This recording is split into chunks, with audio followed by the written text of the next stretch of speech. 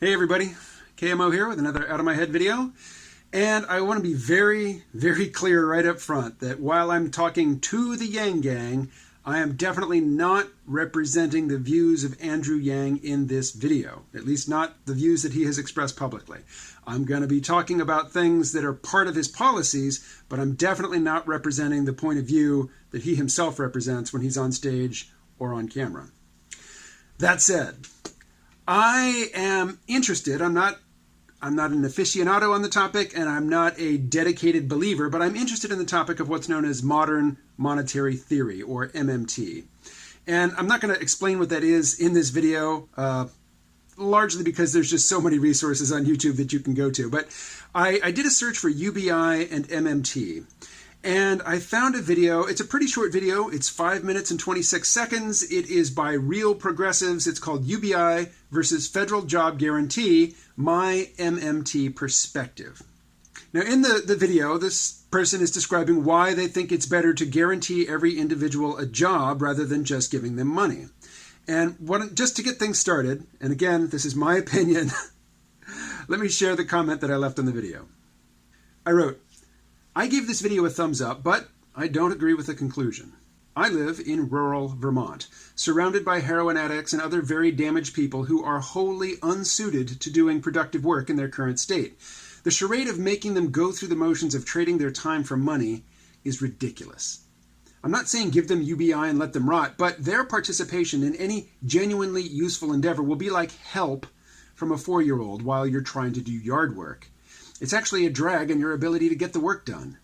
In the case of the young child who wants to help you with your household chores, the loss of productivity is compensated by your spending quality time with your child. But time spent with an adult who is so degraded by their subculture, upbringing, drug dependence, and criminality that their presence on a job site is a hindrance rather than a help doesn't have the same emotional parental benefit. Can a person who is guaranteed employment be fired for not showing up to work? If not, they will soon discover this feature of their situation, and then, thankfully for the people on site who actually intend to work, they stop showing up and just collect their paycheck.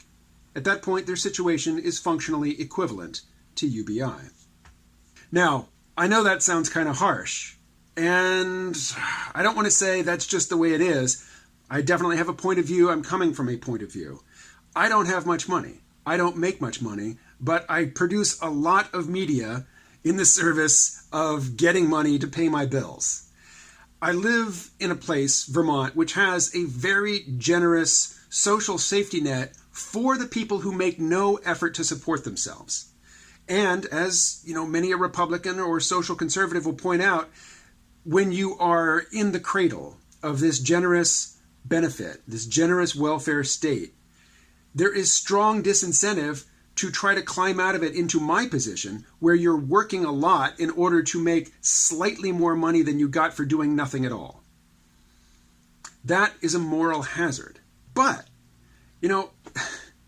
it's been a while since it was in the news, but there was a stink a few years back about the fact that many companies, when they were advertising for new employees, they would put in their ads, "Unemployed need not apply." Why is that? It's because somebody who hasn't been getting up and going to a job every day is out of the habit of it. Everybody's going to have their story about why they're unemployed. My next door neighbor, who is now back in jail, but he's back in jail because he was dealing heroin, his parole officer got him multiple jobs and he got fired from all of them. He was not a suitable employee. There was no reason for that employer to have to put up with this, I hate to say it, but terminal loser. I mean, this guy was not poor. His mother knows police. She has a lot of money. She was paying for his apartment. She bought him a car. He was just a fuck up. And there is no reason to force fuck ups on employers who are actually trying to get something done.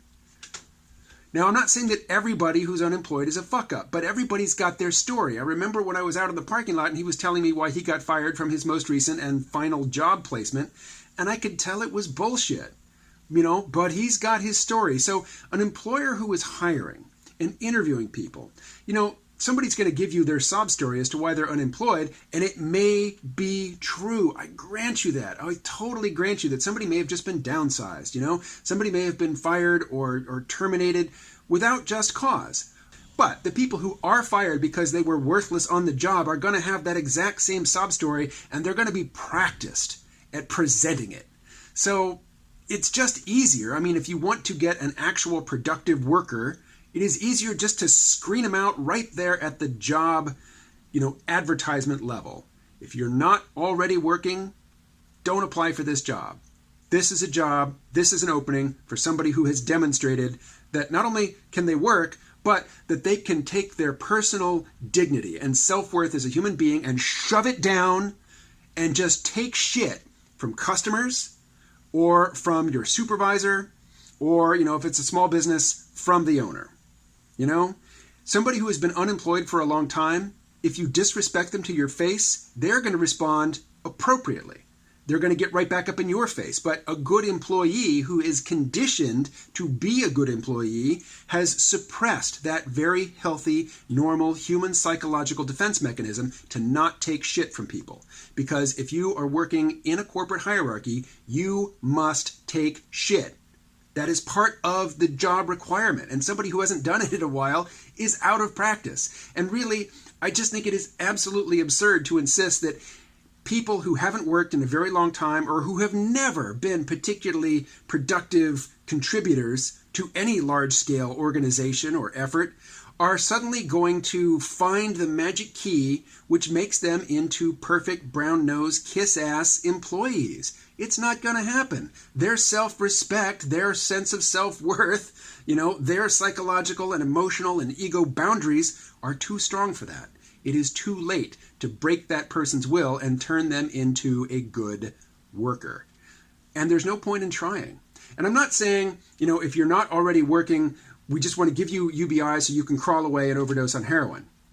Not saying that. If somebody demonstrates over time that they really do want to provide, they really want to cooperate and produce collaboratively with other people and make a positive difference in the context of a workplace, they should have every opportunity to do that. And there should be programs which take them, under some kind wing and basically shepherd them through the process of being an employee for a time. And then at the end of that time, they have some sort of certificate or degree which says, look, this person has shown all the psychological characteristics of deferring to authority, showing up on time, and subordinating themselves to some larger project or entity. Because if they can't do that, they're useless on the job. They're worse than useless. Worse than useless. So again, this is not Andrew Yang's position. This is my elaboration on a part of the discussion which, as far as I can tell, Andrew Yang isn't really in a position to discuss, because there are certain truths. I mean, he comes across as an honest person who is speaking truth and who is, actually referencing reality rather than ideology. But there are ugly, unpopular aspects of reality that you even Andrew Yang cannot acknowledge on camera or on stage, because they make you sound mean. Like, I know I sound mean, callous in this video. So it goes. All right, hey, let me throw out a word for the Yang for President space on Quora. I'm impressed by the quality of the discussion there, but right now it's low volume. There's not a lot of traffic. So if you are looking for high quality, not 4chan meme culture, the stuff that has ruined the Andrew Yang subreddit, but high quality discussion, do check out the space. There will be a link in the description below. All right, hey, thanks very much for watching this video. And as my friend Colin reminds me, I should say in every video, please, if you liked this video and you think it would be useful to somebody else, do share it with them. And, if you're not subscribed, I'm doing this stuff every day now. And if you want to just keep fresh on Andrew Yang's position, if you just want to stay excited about the fact that somebody who is talking about taking the boot off everybody's throat, relieving the relentless pressure to pay bills, if you just want to stay excited about that, tune in every day, because that's what I'll be talking about. So hit that subscribe button and the bell and all that good stuff, and I will talk to you again tomorrow.